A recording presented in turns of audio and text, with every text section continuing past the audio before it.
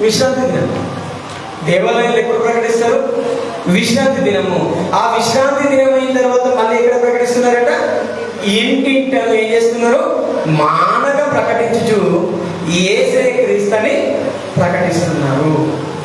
అంటే ప్రకటన అనేది, వాక్య పరిచర్య అనేది ఎక్కడ కూడా ఆగినట్టుగా మనకు కనబడటము లేదు. దేవాలయాల్లో బోధ చేస్తున్నారంట, మళ్ళీ ఇంటికి కూడా బోధ చేస్తున్నారు. అలా వాళ్ళు వాక్యాన్ని ఆపకుండా ప్రతిదినం ప్రకటిస్తున్నప్పుడు ఏం జరుగుతుంది అనేది 6వ అధ్యాయం మొదటి వచనంలో చెప్తాడు.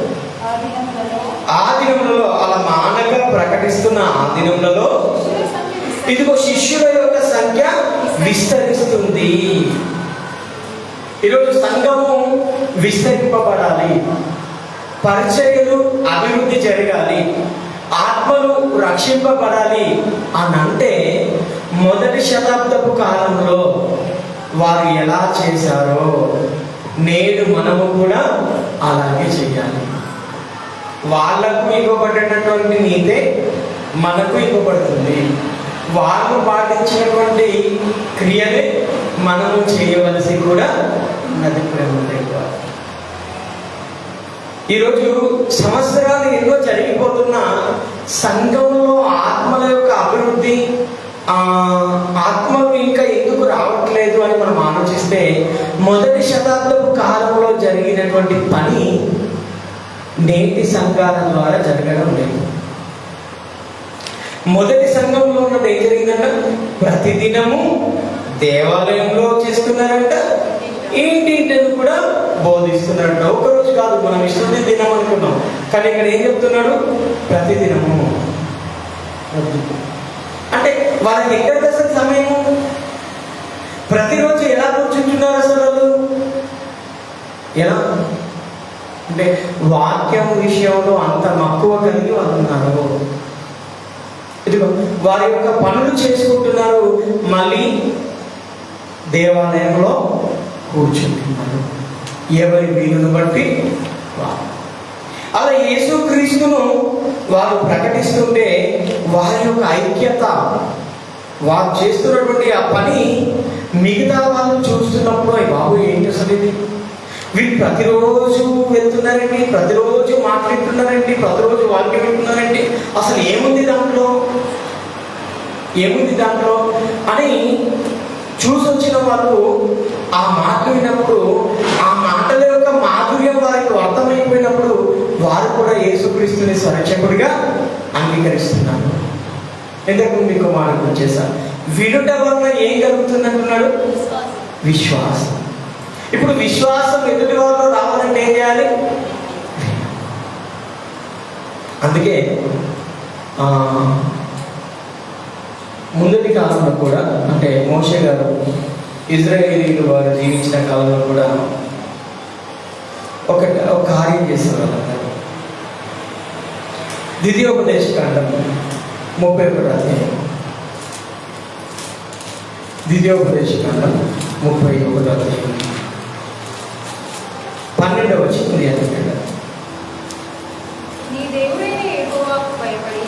మీ దేవుడైన యెహోవాకు భయపడి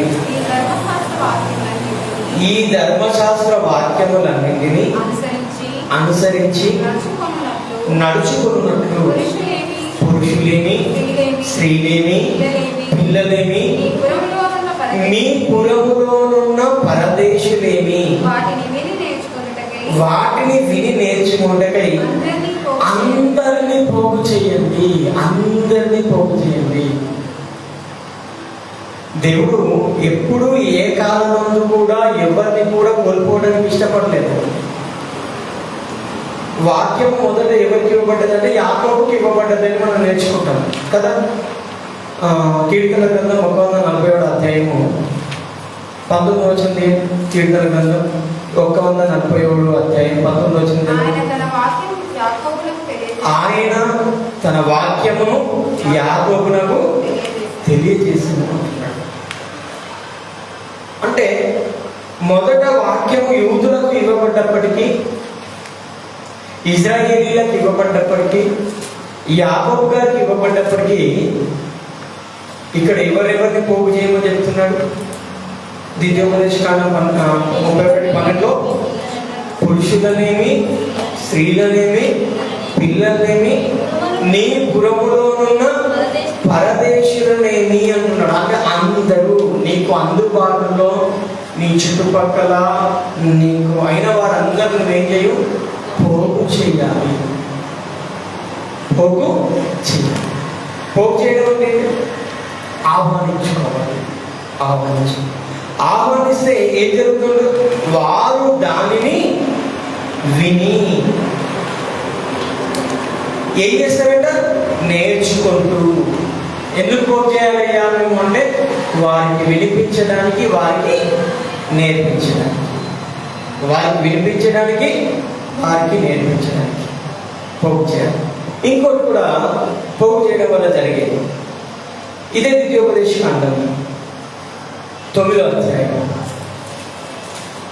10వ వచనం. 9వ అధ్యాయం 10వ వచనం. అప్పుడు దేవుని వ్రేలితో రాయబడిన 2 రాతి పలకలను యెహోవా నాకు అప్పగించెను. మీరు కూడి వచ్చిన దినమున ఆ కొండ మీద అగ్ని మధ్య నుండి యెహోవా మీతో పలికిన వాక్యములన్నీ వాటి మీద ఉండినట్టు. వాక్యం మనకి ఎలా వచ్చింది అని ఎవరు చెప్తున్నాడు? మోషే గారు చెప్తున్నాడు. ఏమని? ఇదిగో సీనాయి పర్వతం మీదకి దేవుడు నన్ను పిలుచుకొని తన చేవ్రేలితో రాసి ఇచ్చినటువంటి పలకలు నాకు ఇస్తే నేను మీకు ఏం చేస్తాను? వాటిని వినిపిస్తున్నాను. ఇదిగో అవి వినిపించడానికి, అవి నేర్పించడానికి మీ అందరినీ నేను పోగు చేస్తున్నాను అని చెప్తున్నాను. ఎందుకు పురుషులను, ఎందుకు స్త్రీలను, ఎందుకు పిల్లల్ని, ఎందుకు పొరుగు వారిని, ఎందుకు పరదేశులను పోగు చేస్తున్నారంటే సీనాయి పర్వతం మీద దేవుడు కొన్ని ఆజ్ఞలు ఇచ్చాడు. ఆ ఆజ్ఞను వారికి వినిపించాలి, వారికి నేర్పించాలి. అది దేవుడి యొక్క ఆలోచన. ఇదే ద్వితీయోపదేశకాండము 10వ అధ్యాయము 20వ వచనాన్ని కూడా చూడండి. 10వ అధ్యాయం 20వ వచనం కూడా మీరు చూస్తే తన రాజ్యమందు తాను తన కుమారులను ఇశ్రాయేలు మధ్యను దీర్ఘాయుష్మంతులగుటకై తాను తన సహోదరుల మీద గర్వించి ఈ ధర్మమును విడిచిపెట్టి మరియు అతడు రాజసింహాసనములో ఆసీనులైన తర్వాత లేవీయులైన యాజకుల స్వాధీనంలో ఉన్న గ్రంథమును చూచి ఆ ధర్మశాస్త్రమునకు ఒక ప్రతిని తన కొరకు రాసుకున్నవాడు.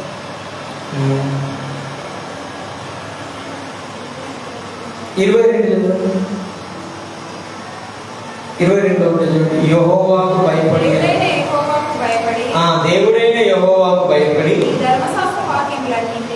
ఈ ధర్మశాస్త్ర వాక్యములన్నింటినీ ఈ కట్టడలను అనుసరించి నడువ నేర్చుకొనుటకు అతడు తాను బ్రతుకు దినములన్నిటిను ఆ గ్రంథమును చదువుచుండవలెను. అంటే వాక్యానికి దేవుడు ఎంత ఇంపార్టెన్స్ ఇచ్చాడో పాత నిబంధన కాలంలో మీరు ఆలోచించాడు.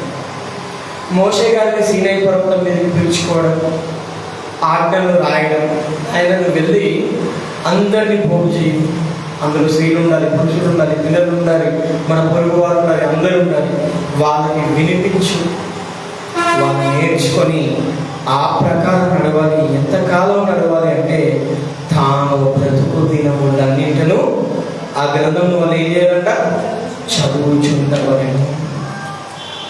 చదువుచుండవలను. మరి ఇంతగా నేర్చుకుంటూ, ఇంతగా పోగు చేసి, ఇంతగా మన జీవితాల్లో వారిని చదివితే మనకు కలిగే ఉపయోగం ఏంటి? అసలు మనకు కలిగే ఉపయోగం ఏంటి అని మనము చూడగలిగితే కీర్తనల గ్రంథము 119వ అధ్యాయం 133వ వచనం. 119వ అధ్యాయం. ఈ వాక్యమును బట్టి నీ వాక్యము బట్టి నా నా అడుగులు స్థిరపరచు. స్థిరపరచు. దేన్ని బట్టి అడుగులు స్థిరపరచబడతాయంట? వాక్యాన్ని బట్టి. అంటే ఆనాడు ఇజ్రాయేలీలను ఎందుకు పోగు చేయమంటున్నాడంటే వారి నడతలు బాగులేవు. వారి నడతలు బాగుపడాలి అంటే, వారి బ్రతుకులు బాగుండాలి అంటే, వారి జీవితాలు బాగుండాలి అంటే, వారు బాగుండాలి అంటే ఏం చేయాలంట? వాక్యము వినడానికి రావాలి. అప్పుడే ఆ వాక్యం విన్నప్పుడు, ఆ వాక్యం వారు కార్యం చేసినప్పుడు వారి అడుగులు ఏమైతే అంట? స్థిరపరచబడతాయి. ఇంకా 119 అధ్యాయం 38 వచనం, అదే అధ్యాయం 38 వచనం. నీవిచ్చిన వాక్యము నీవిచ్చిన వాక్యం మనుషుల్లో నీ భయాన్ని పుట్టిస్తుంది.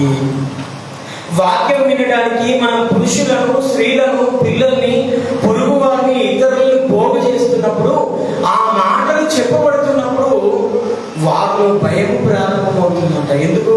అమ్మో, నా జీవితము సరైన విధానంలో లేదు, నా చూపులు సరైన క్రమంలో లేవు, నేను సరిగ్గా వినే విషయంలో లేను, నా ప్రవర్తన సరిగా లేదు. అమ్మో, ఇలా ఉండడం వల్ల ఇలాంటి కీడు జరుగుతుందా అని ఎప్పుడు వాళ్ళకి అర్థమవుతుందంట? వాక్యాన్ని వింటున్నప్పుడు. నీవిచ్చిన వాక్యము మనుషుల్లో ఏం కలిగిస్తుందంట? భయమును పుట్టిస్తుంది. అందుకు మనం పోగు చేయాలి, అందుకు మనము నడిపించాం. ఇంకా ఇంకా మనం ఆలోచిస్తే ఇదే 119 అధ్యాయము 9వ వచనం చూడండి. 119:9. ఇదిగో మన ఇంట్లో యవన పిల్లలు ఉంటారు, మన సంఘంలో యవన పిల్లలు ఉంటారు, సమాజంలో యవన పిల్లలు ఉంటారు, మన పొరుగు వారిలో, మన చుట్టాలింట్లో కూడా యవన పిల్లలు ఉంటారు. అయితే యవనస్తులు దేని చేత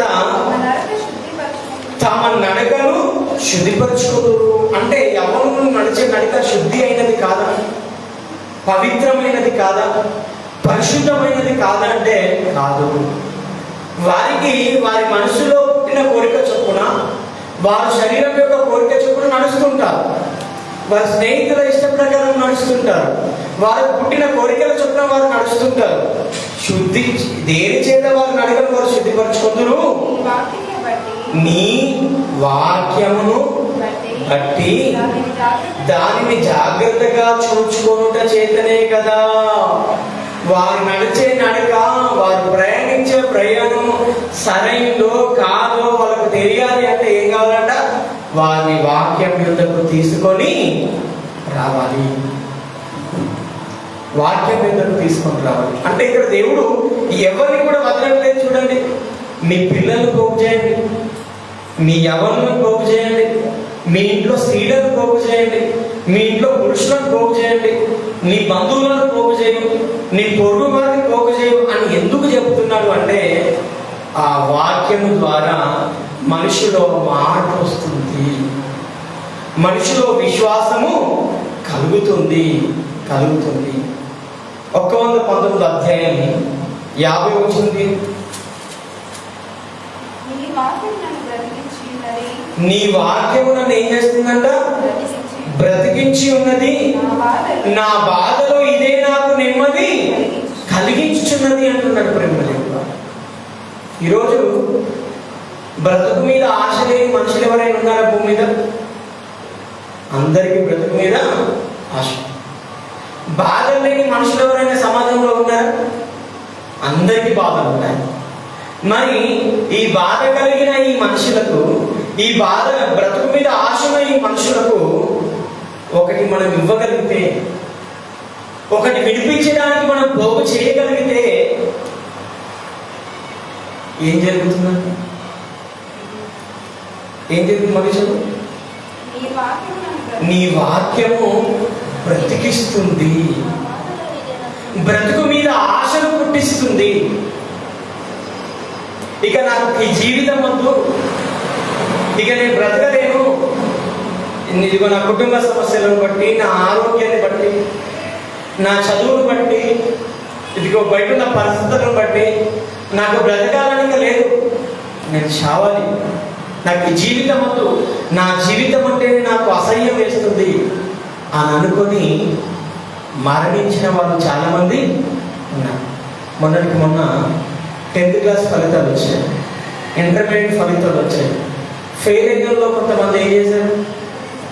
ఆత్మహత్య చేసుకొని చచ్చిపోయారు. కొంతమంది అయితే రిజల్ట్ రాకముందే చనిపోయారు. ఎందుకు? భయం. ఏ భయం? నేను పాస్ అవుతాను. ఇప్పుడు వాళ్ళకు బ్రతికివ్వాలి, వాళ్ళకు విశ్వాసాన్ని వాళ్ళ హృదయంలో నింపాలి. వాళ్ళకు చదువు ఒకటే ముఖ్యం కాదు నాయన, జీవితం అంటే ఇంకా చాలా ఉంటాయి. ఇప్పుడు ఫెయిల్ అయినా పాస్ అయినా ఇంకొక క్లాస్ సప్లిమెంట్ రాసి వెళ్ళిపోవచ్చు అని వాళ్ళని బలపరచాలి. ఎక్కడ వాళ్ళు బలపడతారు అంటే వాక్యం దగ్గర. నీ వాక్యము నన్ను బ్రతికిస్తుంది. కుటుంబ సమస్యలను బట్టి, కుటుంబ గొడవలను బట్టి, పండకపోవడం బట్టి, వ్యాపారం సరిగ్గా నడవకపోవడం బట్టి ఎంతోమంది ఈ లోకాన్ని విడిచి వెళ్ళిపోతున్నారు. వాళ్ళని బ్రతికించారు. వాళ్ళకు జీవాన్ని, వాళ్ళ జీవితం మీద ఒక ఆలోచనలు, ఒక ఆశ వారికి మనము పుట్టించాలి. అంటే ఏం చేయాలి? పోగు చేయాలి. పోగు చేయాలి. అందులో స్త్రీలు ఉండొచ్చు, అందులో పురుషులు ఉండొచ్చు, అందులో పిల్లలు ఉండొచ్చు, అందులో యవ్వనులు ఉండొచ్చు, అందులో వృద్ధులు ఉండొచ్చు, అందులో మన పొరుగు వారు, మన బంధువులు, ఇంకెవరైనా ఉండొచ్చు. జీవితం మీద విరక్తి చెంది చనిపోతున్న వారి గుంపులో ఎవరో ఒకరై ఉండొచ్చు. వారికి బ్రతుకు పైన ఆశ పుట్టించడానికి,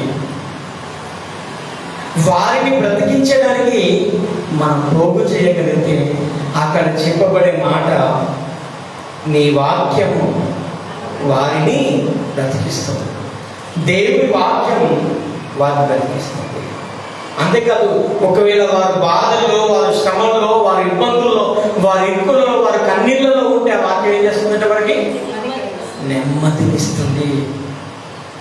చాలా సందర్భాల్లో సావాసాలకు, సంఘానికి దూరం అవుతున్నాం అంటే కారణం ఏంటో తెలుసా? నెమ్మది లేక. ఎందుకు దూరం అవుతున్నాం అంటే బాగలేదు, మనసు బాగలేదు. దేవుడు ఏమంటున్నాడు? నీ మనసును బాగా చేస్తే నా దగ్గరికి రా అంటున్నాడు. ఇది కొన్ని శ్రమలో ఉన్నాను, ఇబ్బందుల్లో ఉన్నాను, కష్టాల్లో ఉన్నాను, కన్నీళ్ళలో ఉన్నాను, అందుకే రాలేకపోతున్నాను. అది మాటే కాదు అసలు. దేవుడు ఏమంటున్నాడు? నీ శ్రమల్లో నీకు ఓదార్పుని ఇస్తా, నీ బాధల్లో నీకు నెమ్మదిని ఇస్తా, నీ కన్నీళ్లు నేను తుడుస్తా, నీ కష్టాల్లో నేను తోడుంటా, నా దగ్గరికి రా అంటున్నాడు. కానీ మనం ఏమంటున్నాం? నేను రా.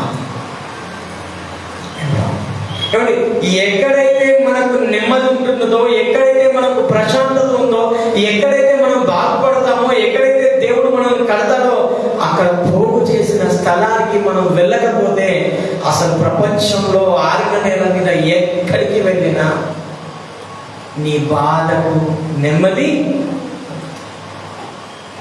నీ శ్రమ నుండి నువ్వు విడిపించను, నువ్వు ఇరుకులో నుండి నీకు విశాలత కలగజేసేది దేవుని మాట.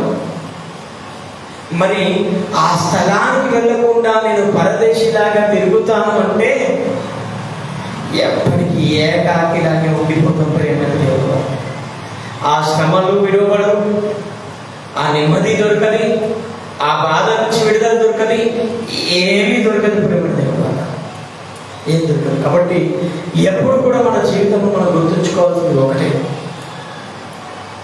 పోగు చేయాలి.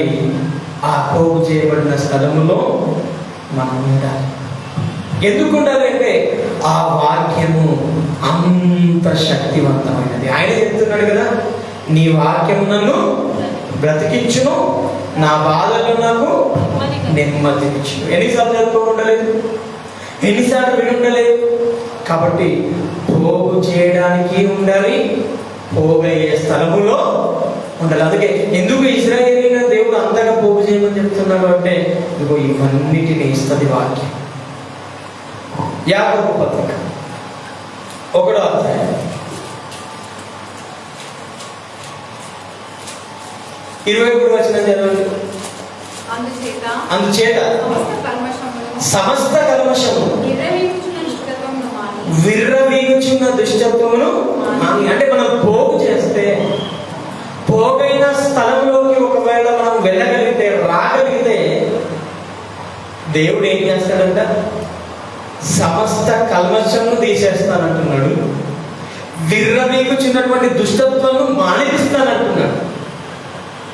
మాని లోపల నాటబడి మీ ఆత్మలను రక్షించుటకు శక్తి గల వాక్యము ఏం చేస్తుందట? వాక్యం నీ లోపలికి వెళ్ళిపోతుంది. వాక్యం ఎలాంటిది? రెండంచులు గల ఖడ్గము. లోపలిలోకి వెళ్ళి అది క్రియ చేస్తుంది. మన శరీరంలో అన్నిటికంటే భయంకరమైనది, ఘోరమైన వ్యాధి కలిగింది ఏదైనా ఉందంటే ఏంటది? మన హృదయం.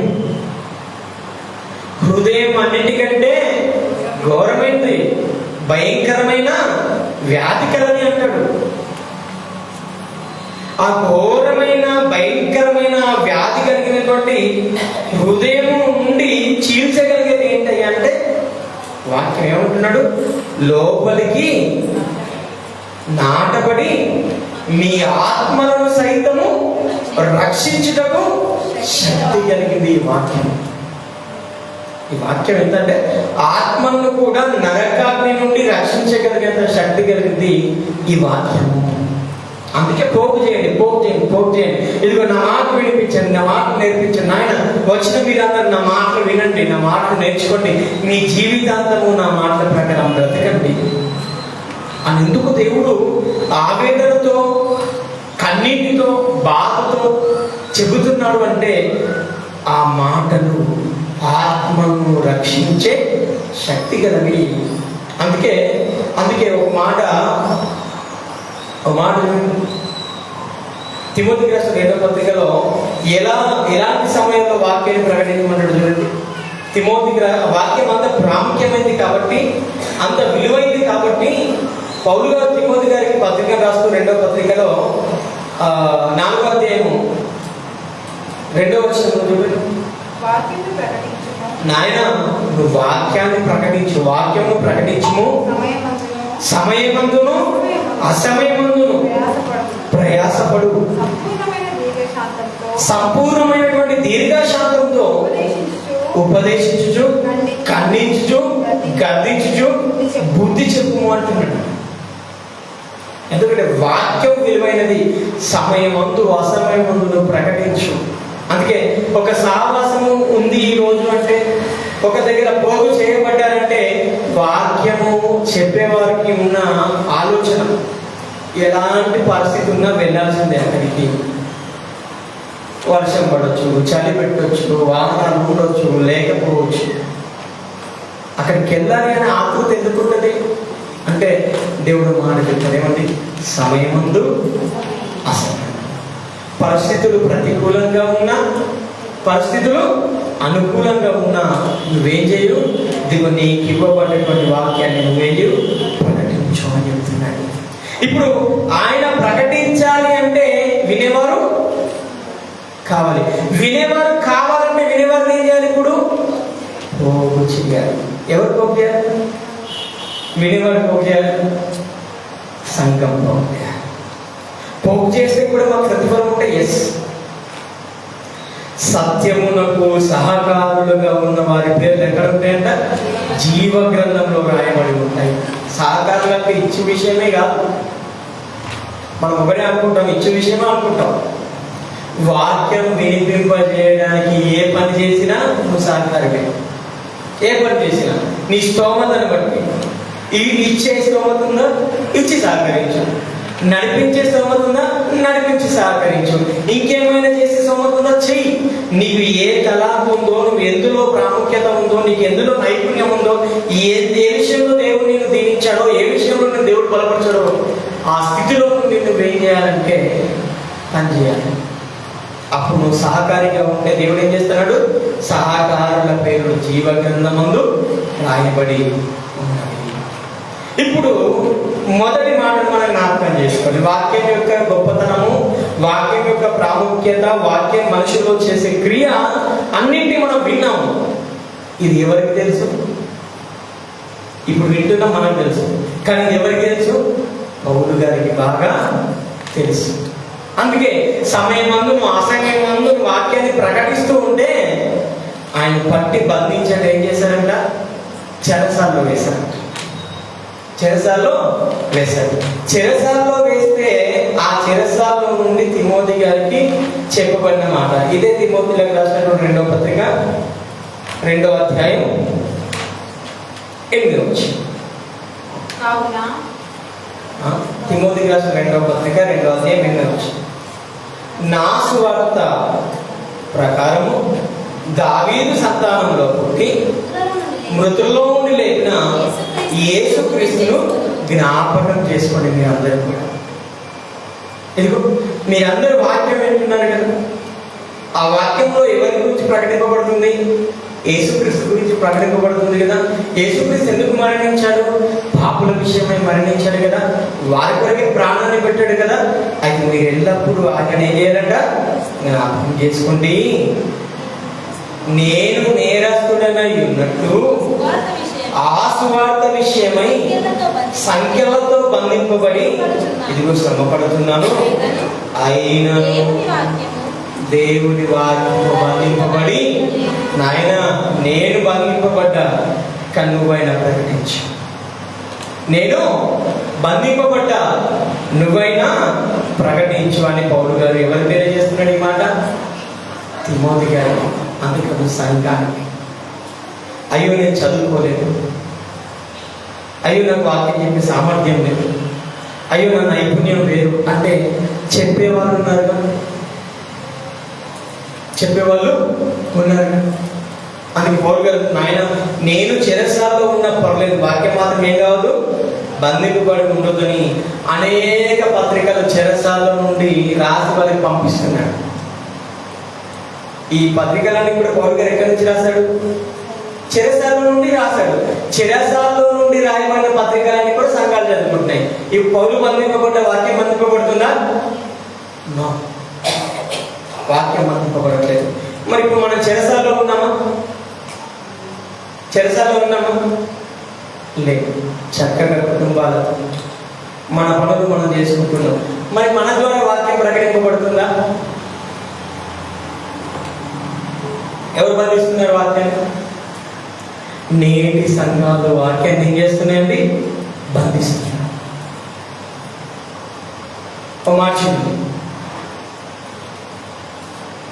తెస్సలోనికీయులకు రాసిన పత్రిక మొదటి పత్రిక 1వ అధ్యాయం 7వ వచనం.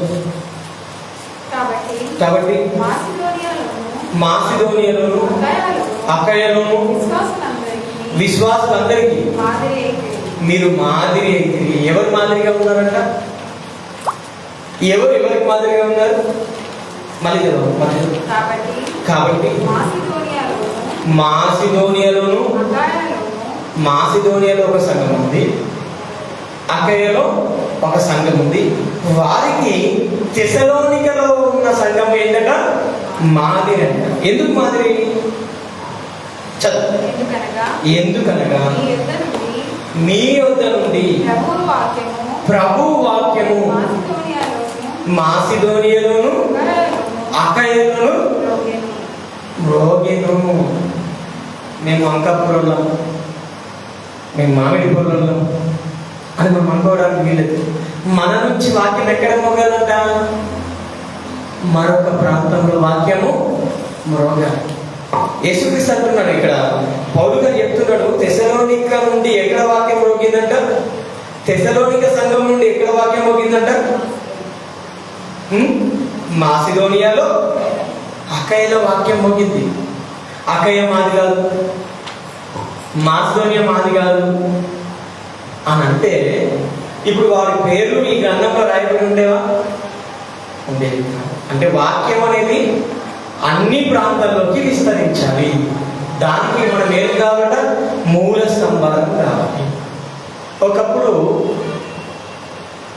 చాలా ప్రాంతాల్లో వాక్యం మోగేది. ఇప్పుడు ఎక్కడ మోగడము. కాబట్టి నాంది మళ్ళీ పలకాలి. మనం ఏం చేయాలి? అయ్యో మేము చిన్న కుటుంబాలము, మాకు ఏమవుతుంది అనుకోవడానికి లేదు.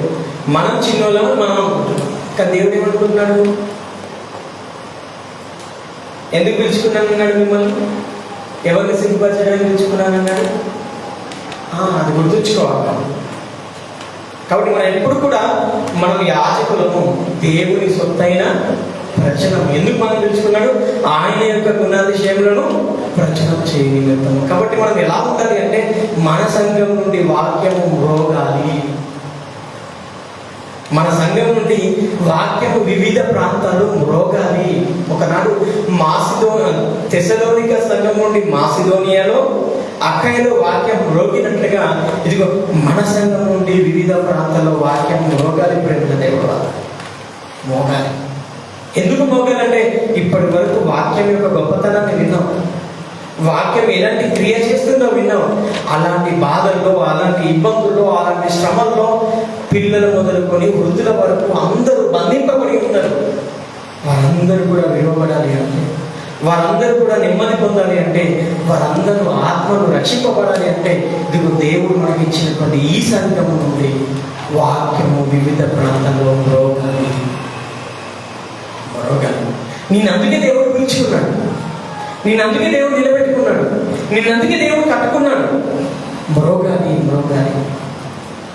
మరొక మాట చూస్తారా? 3వ అధ్యాయం మొదలు వచ్చిన అదే తెస్సలోనిక రాసిన మొదటి పత్రిక 3వ అధ్యాయం మొదలు వచ్చిన చూడండి. కాబట్టి ఇక సహింపజాలక ఏథెన్స్‌లో మేము ఒంటిగానైనను ఉండట మంచిదని ఎంచి. 2వ తెస్సలోనిక 3వ అధ్యాయం మొదటి వచ్చిన తుదకు సహోదరులారా చదువు.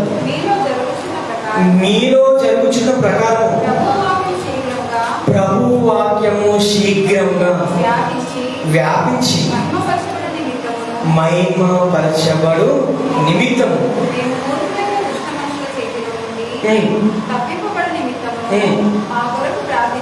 మా కొరకు ప్రార్థన చేయండి. చదువు. విశ్వాసము అందరికీ లేదు. అయితే ప్రభువు నమ్మదగిన వాడు. ఆయన మిమ్మల్ని స్థిరపరిచి దుష్టత్వం నుండి కాపాడు. వాక్యము మన దగ్గర నుండి శీఘ్రంగా వ్యాపించినప్పుడు ఏం చేస్తాడంటే మనల్ని దుష్టత్వం నుండి దేవుడు ఏం చేస్తాడంట? కాపాడతాడు. కాబట్టి మనం వాక్యాన్ని ప్రకటిస్తాం. పౌలు గారు చెరసాల్లో ఉన్న వాక్యం బంధింపబడకూడదు అనే ఆలోచన చేత ఏ విధంగా అయితే బయటికి వాక్యాన్ని ప్రకటింపజేశాడో, సంఘంలో ఉన్న మనం కూడా తెస్సలోనిక సంఘములాగా వివిధ ప్రాంతంలో వాక్యము మ్రోగే విధంగా మనం అందరం కూడా స్థిరపరచబడాలి. అలా స్థిరపరచబడాలంటే ఏం చేయాలి? ప్రార్థన చేయాలి. తండ్రి, మా సంఘం నుండి, మీరు మాకు ఇచ్చినటువంటి ఈ సంఘం నుండి వివిధ ప్రాంతంలో వాక్యము మ్రోగాలయ్యా. అందుకే కదా మీరు మమ్మల్ని పిలుచుకున్నారు. అందుకే కదా మీరు మమ్మల్ని ఏర్పరచుకున్నారు. మీ గుణాతిశయములను ప్రచురం చేయనిమిత్తమే కదా మమ్మల్ని రాజులుగా, యాజకులుగా, మీ సొత్తైన బిడ్డలుగా మమ్మల్ని నిలబెట్టుకున్నారు. ఇంకా మా సంఘం నుండి వాక్యం మ్రోగడం లేదు, మా సంఘం నుండి వాక్యం ప్రకటింపబడడం లేదు అంటే మేము బలహీనులంగా ఉన్నామేమో తండ్రి. ఇదిగో దుష్టత్వం నుండి మమ్మల్ని విడిపించి, ఇదిగో మాకు అందరికీ ఏం లేదంటే అందరికి విశ్వాసము లేదు. మేము ఒకవేళ విశ్వాసం లేని వారు కూడా ఉన్నామేమో అని మనము ప్రార్థించుకున్నప్పుడు ఇదిగో ప్రభు వాక్యం మనల నుండి వ్యాపిస్తుంది. ప్రేమ వ్యాపిస్తుంది కనుక అలాంటి ఉన్నతమైనటువంటి మాటలు మన సంఘం నుండి వ్యాపింపబడ్డప్పుడు దినదినము ఆ సువార్త పనిలో, ఆ వాక్య వ్యాప్తిలో మనం ఉంటే సంఘం యొక్క విస్తరణ జరుగుతుంది. దేవుడు మహిమపరచబడతాడు. తద్వారా ద్వారా దేవుడు మనకు అప్పగింపబడిన పనిని మనం చేసిన వారముగా దేవుడి న్యాయపీఠం ఎదుట మనము నిందారహితులుగా నిలబడడానికి అవకాశం ఉంటుంది వీళ్ళని. కాబట్టి మీరు పిల్లలైనా, మీరు స్త్రీలైనా, మీరు పురుషులైనా, మీరు యవ్వనులైనా, మీరు వృద్ధులైనా మనం చేయాల్సిన పని ఏంటి? వాక్యం వినడానికి సమాజాన్ని పోగు చేయాలి. మన సంఘం ద్వారా వాక్యము వ్యాప్తి చెందాలి. ఆ పనిలో మనం అందరం ఉండాలని ఈరోజు దేవుడు మనందరినీ హెచ్చరించి ఉన్నాడు. దేవుడు ఇచ్చిన మాటలు మన హృదయంలో ఫలింపచేయునుగాక. ఆమేన్. ప్రార్థన చేసుకుంటాం. దయగల దేవుడు, కృపగల తండ్రి, నీకు స్తోత్రం. నాయన, పౌలు గారు చెరసాలలో ఉన్న నీ వాక్యం బంధింపబడకూడదు ఉన్న తండ్రి, ఆయన శ్రమపడి బంధింపబడి నీ వాక్యాన్ని విడుదల చేసి ఉన్నాను. కన్నా తండ్రి, మేము నాయన ఈరోజు అన్ని విషయాలు బాగున్నప్పటికీ నీ వాక్య వ్యాప్తి కొరకు ఆలోచన లేని బిడ్డలుగా మేము ఉన్నాం. తండ్రి, మమ్మల్ని బలపరచండి. ఈ సంఘం ద్వారా కూడా క్రీస్తు సువార్త నీ వాక్యము నా తండ్రి ప్రకటింపబడుటకు మమ్మల్ని బలపరచండి. ఒకరోజు తెసలోనిక సంఘం నా తండ్రి అక్కయ్యలో మాసిదోనియలో ఉన్నటువంటి వాక్యాన్ని మ్రోగించి ఈరోజు ఉన్న మేము ఇతర ప్రాంతాలమైన వాక్యాన్ని మ్రోగించుటకు మమ్మల్ని బలపరచమని, మమ్మల్ని ధైర్యపరచమని, అవిశ్వాసులుగా ఉన్న మాకు మంచి విశ్వాసము దయచేయండి. దినదినము మాలో కార్యసిద్ధి కలుగుటకు వాక్యాన్ని ఫలింపచేయమని బ్రతిమలాడు నాయన. నీ వాక్యం బలమైనదిగా, నీ వాక్యం శక్తి గలదిగా, కృంగిన వారిని లేవనెత్తేదిగా, బలహీనులను బలపరిచేదిగా, బాధపడే వారికి నెమ్మదినిచ్చేదిగా, తండ్రి ఆశ లేని వారికి జీవింపజేసేదిగా మేము చూసి ఉన్నాము నాయన. అవునయ్య, పోగు చేసేవారిగా మేము ఒకటకు మమ్మల్ని కొడుకుంటుంది. మా ద్వారా వాక్యం ప్రకటింపబోటకు మమ్మల్ని బలపరచండి. మేము ఏ విషయంలో అయితే వెనుకబడి ఉన్నామో, ఏ విషయంలో అయితే మేము బలహీనులుగా ఉన్నామో తండ్రి, మమ్మల్ని బలపరచండి. పిల్లల్ని, వృద్ధుల్ని, యవ్వనులను తండ్రి, స్త్రీలను, పురుషులను మేము పోగు చేసే జ్ఞానం మాకు తెచ్చి మంచి జ్ఞానం ఇవ్వండి. నీ కృపను ఇవ్వండి. కూడి వచ్చిన ప్రతి బిడ్డను మీరు జ్ఞాపకం చేసుకోండి. ఈ రోజు నూతనంగా వచ్చిన చెల్లెలను అందరినీ మీరు జ్ఞాపకం చేసుకోండి. వారు చదువుతున్న చదువుల్లో మీరు తోడుగా ఉండండి నాయన. వారి పై చదువుల్లో తోడుగా ఉండండి. వారి కుటుంబ విషయంలో మీకు వచ్చిందండి సమాధానాన్ని పడండి తండ్రి. ఒకరోజు వారికి, వారి కుటుంబానికి కూడా రక్షణ భాగ్యం మీరు అనుగ్రహించండి. వారి అపరాధములు, దోషములు, పాపములు రక్షించండి. కూడి వచ్చిన ప్రతి బిడ్డను మీరు జ్ఞాపకం చేసుకోండి నాయన. ప్రతి ఒక్క బిడ్డను మీరు బలపరచండి. ఇదిగో ఎవరెవరైతే ఎలాంటి హృదయంలో, ఎలాంటి బాధతో, ఎలాంటి ఇబ్బందుల్లో ఉన్నారో, ఎలాంటి శ్రమంలో ఉన్నారో నా తండ్రి, వారందరికీ నీ వాక్యం ద్వారా ఓదార్పు, నెమ్మదిని దయచేయండి, సహాయం దయచేయండి. అలాగే రేపటి దినం నుంచి నా తండ్రి నిజామాబాద్ ఉన్న తండ్రి 2 రోజుల కోడికలు జరుగుతున్నాయి. సహాయం ఇవ్వండి. అక్కడ ప్రతి విషయంలో అక్కడ అవసరం మీరు తీర్చండి నా తండ్రి. నిజామాబాద్ ప్రాంతంలో నీ వాక్యం రోగుతుండగా నా తండ్రి, ఆ సంఘాన్ని మీరు బలపరచండి నా తండ్రి. మా సంఘం ద్వారా కూడా నా తండ్రి ఈ నెలలో జరిపించడానికి సిద్ధపడుతున్నటువంటి కూడిక మీరు జ్ఞాపకం చేసుకోండి నా తండ్రి. నీకు మహిమకరంగా, నీకు ఘనతకరంగా, మాకు దీవెనకరంగా, మేలుకరంగా ఆ కూడిక జరుగుటకు సహాయం ఇచ్చింది. దానికి కావాల్సిన ప్రతి ఒక్కరి అవసరతలు మీరు తీర్చండి. ఆర్థికపరమైనటువంటి విషయంలో కూడా ప్రభావం మీరు సహాయం చేయండి. అనేక బిడ్డల హృదయం ఉన్న తను మీరు తెరువని బ్రతులార్చండి. నీ కృపలో, నీ దయలో తన సంఘాన్ని బలపరచమని, ఈ సంఘం నుంచి ఇతర సంఘాలకు ప్రభావం, ఇతర ప్రాంతాలకు వాక్యం రోగుటకు మమ్మల్ని నిలబెట్టుకున్నాను. క్రీస్తు పేరిట ప్రార్థన సమర్పిస్తున్నాను తండ్రి.